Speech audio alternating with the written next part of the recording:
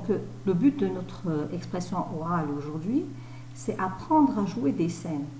Et alors, si je regarde bien mon texte, je vais voir qu'il y a des personnages qui sont le sol, le boulot et l'érable.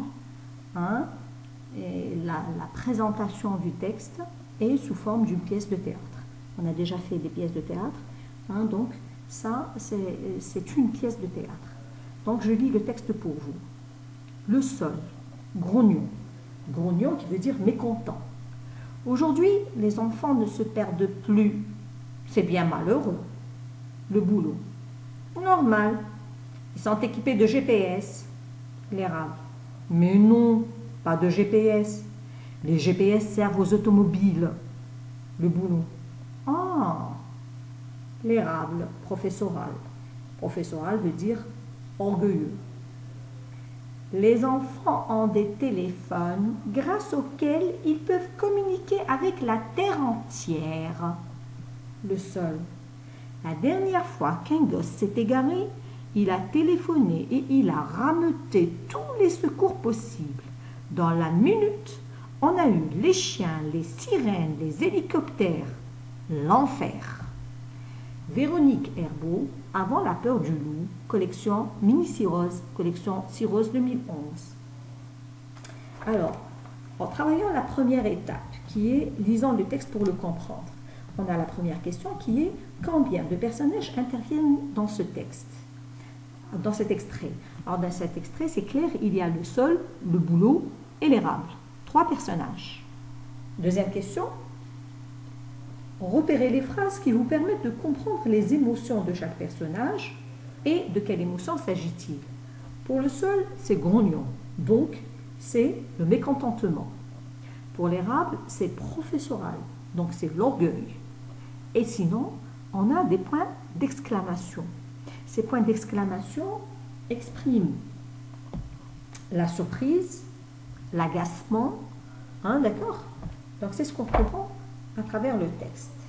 Ensuite, la question 3, on nous demande de chercher comment vous allez pouvoir montrer cette émotion sur scène. Pour montrer une émotion sur scène, nous savons qu'on peut utiliser le ton, c'est-à-dire la façon de dire. On peut utiliser l'expression de visage, on a déjà vu ça. Et on peut utiliser aussi les gestes. Hein, et même parfois la façon de marcher. Ok?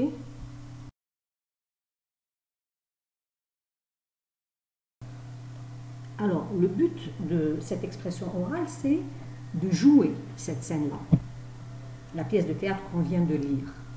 Donc, pour jouer cette pièce de théâtre, comme on est confiné, je vous propose de jouer les 3 personnages par un seul élève.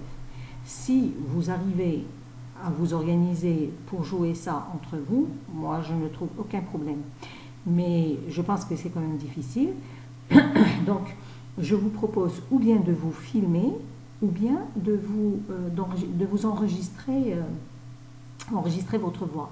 Ça serait plus intéressant de vous filmer parce qu'on va vous voir en train de jouer.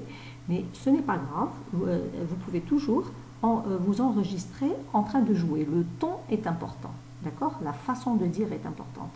Bien sûr, vous jouez du théâtre, la plupart d'entre vous, donc vous savez que l'expression de visage et les gestes sont importants, mais dans le confinement, c'est un peu difficile de faire ça.